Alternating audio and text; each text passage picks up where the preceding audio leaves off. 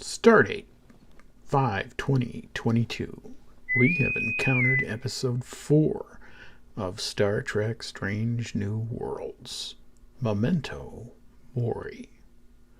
Latin for remember you must die is a art and literary trope that attempts to remind one of their mortality. In addition, many artists use this notion to create within the audience a cause to use their time well, while they still have it. The star of this episode is most certainly Security Officer Lieutenant Laan Noonien Singh, and focuses on her history with the Gorn. This episode uses Laan's history with the Gorn and her fear of them as that Memento Mori. In many ways, the Memento Mori is a challenge to one's character that forces them to either meet that challenge or die trying. Something of a survival of the fittest, if you will. Laan very much does survive this test, but I believe the episode missed a chance to expand that death memo to Captain Pike as well. Being that he has already seen the moment of his death, I believe they missed this important moment, perhaps in the heat of battle or his decision to go into the Red Dwarf and see himself once again in that chair. But perhaps that footage was just left on the editing room floor. Either way, still a missed opportunity, I believe. Something that we often speak of in these reviews is how the episode is similar to yet another former Trek episode of some other Trek. So, in this week, once again, I believe Memento Mori has landed solidly on two former Trek episodes, Balance of Terror and Star Trek II, Wrath of Khan.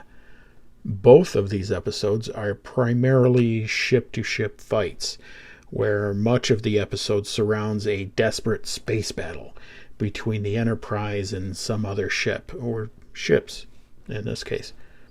The Enterprise is caught off guard, extensively damaged, and must then limp away for some time to repair.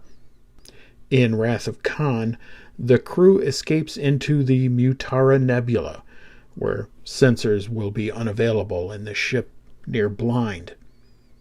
Where in Balance of Terror, the Enterprise is greatly damaged in a long, pronounced fight, even losing some crew members, and the audience must witness the captain attending to solemn ceremonies at the end of the episode. The episode does work, but as I've previously stated in my reviews, how long will these borrowed concepts go on? It's becoming almost a bit too on the nose and really almost pandering at this point. I wonder if writers, after seeing some of the classic Trek fans disparage new Trek, found themselves taken aback and perplexed in how to please them. Rather than looking into some older classic short fiction and how it was written, these writers are simply watching old Trek episodes and sewing together their parts into some sort of digital golem set with the task of entertainment. I did find the red alert symbol of the movie-era Trek pleasing to the eye, and the ship battle is exciting, if not a bit predictable, with a few pacing issues to allow Laan some exposition to yell at her captain and work through some of her gornophobia. This is mostly accomplished in the form of a ghost, maybe her brother, I'm not sure, whose vision is used and then tossed aside with little explanation to the viewer, as when it's served its role for Laan to strengthen her character and remember a crucial fact that will save the ship. There's also a B story of Uhura and Hemmer caught in a cargo hold, which they eventually solved by blowing out the bay, a la Geordi and Crusher in the Next Generation episode, Disaster.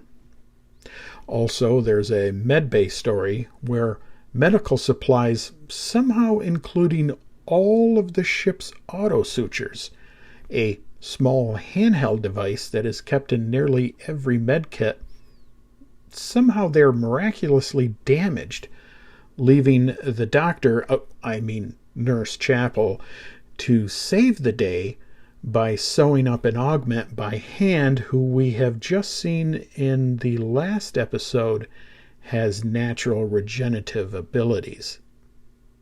Of course, there is also the glaring error of introducing an encounter with the Gorn into the Enterprise logs, something that Captain Kirk must have missed while reviewing the ship's missions when he eventually takes over as captain. Still, the episode does what the past 3 episodes have done.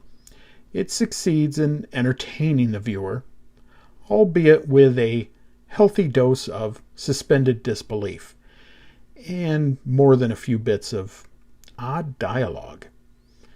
Still, it works, and I give the episode a solid B-. Next week, we'll be reviewing episode 5, Spock Amok. It should be interesting. Until then, please tune in to some of our other reviews. We will be looking at the first 2 episodes of Obi-Wan, as well as a short reaction to the trailer for the new Star Wars series Andor. Until then, please like, share, and subscribe. And if you're watching on Rumble, please give us a rumble. Until then, this has been TAC Nerd. Energize.